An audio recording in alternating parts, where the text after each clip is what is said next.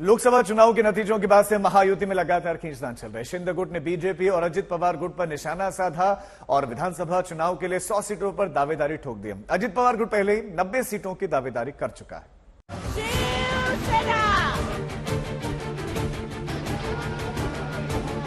मौका शिवसेना के 58वें स्थापना दिवस का था। मंच पर एकनाथ शिंदे समेत पार्टी के तमाम बड़े नेता मौजूद थे। कार्यक्रम में जब रामदास कदम की बारी आई तो उन्होंने बड़े नाटकीय अंदाज में मुख्यमंत्री से अपील की। साहेब हे थांबवा, शिंदे साहेब, नहीं तो मला घेऊन जा। अब आपको पूरा सुनाते हैं कि रामदास कदम ने सीएम शिंदे से क्या अपील की।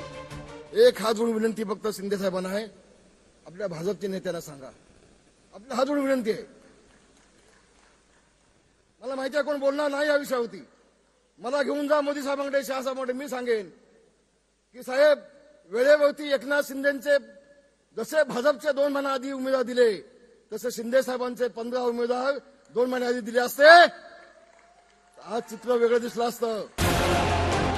रामदास कदम ने एकनाथ शिंदे के सामने बीजेपी पर निशाना साधा। बोले, जब भी शिवसेना के उम्मीदवार का ऐलान होता है, बीजेपी उछलकर अपनी दावेदारी ठोक देती है। आज चित्र वेगळं दिलं असतं।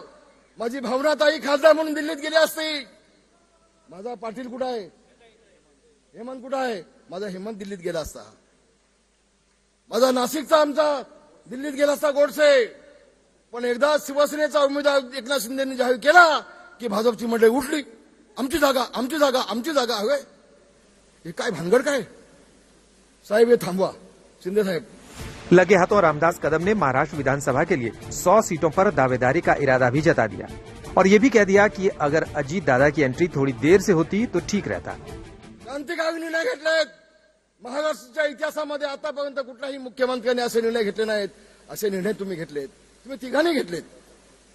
देवेंद्र फडणवीसांचं देखील अभिनंदन, तुमचाही अभिनंदन।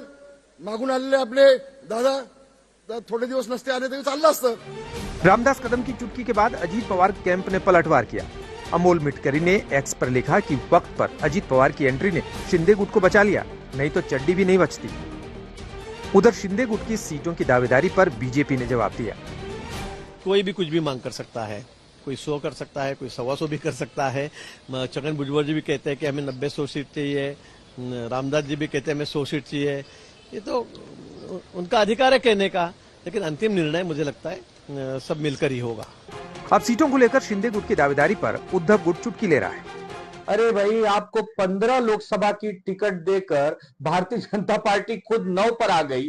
अब वो गलती बार बार थोड़ी करेगी। और गुलामों को सम्मान नहीं दिया जाता, मित्रों को सम्मान दिया जाता है। और आपके अंदर तो उतनी शक्ति नहीं है कि आप जैसे उद्धव ठाकरे जी ने दिल्ली वालों का सामना किया, अमित शाह और मोदी जी को एक टक्कर दी, आप तो दे भी नहीं सकते। अगर उनकी नजरें इनायत हट गई तो आपकी सरकार चली जाएगी महोदय, आपकी कुर्सी चली जाएगी। ईडी सीबीआई अलग से बैठे ही है ताक में, तो उनको आंख मत दिखाओ, आंखें झुकाकर उनके साथ काम करो। लोकसभा चुनाव के नतीजों के बाद से ही महायुति में खींचतान है। शिंदे गुट को लग रहा है कि पार्टी का स्ट्राइक रेट सबसे अच्छा है। अजीत पवार गुट को लगता है कि सीटों के बंटवारे में पार्टी के साथ नाइंसाफी हुई। अब विधानसभा चुनाव के लिए शिंदे गुट ने 100 सीटों पर दावा किया है तो अजीत पवार गुट ने 90 सीटों पर। तो क्या बीजेपी सिर्फ 98 सीटों पर चुनाव लड़ेगी? लोकसभा चुनाव के बाद अब महाराष्ट्र में आने वाले विधानसभा चुनाव के सीट बंटवारे को लेकर महायुति में खींचतान शुरू हो चुकी है। जहां एक तरफ अजीत पवार गुट एनसीपी के नेता छगन भुजबल ने 90 सीटों पर अपना दावा ठोक दिया है, तो वहीं दूसरी तरफ एकनाथ शिंदे की शिवसेना के नेता रामदास कदम ने भी 100 सीटों की मांग की है। अब ऐसे में 288 सीटों में से सबसे बड़ा भाई समझने जाने वाले बीजेपी के पाले में सिर्फ 98 सीटें बचती है। कैमरा पर्सन सचिन सावंत के साथ मैं ऋत्विक भालेकर, मुंबई आज तक।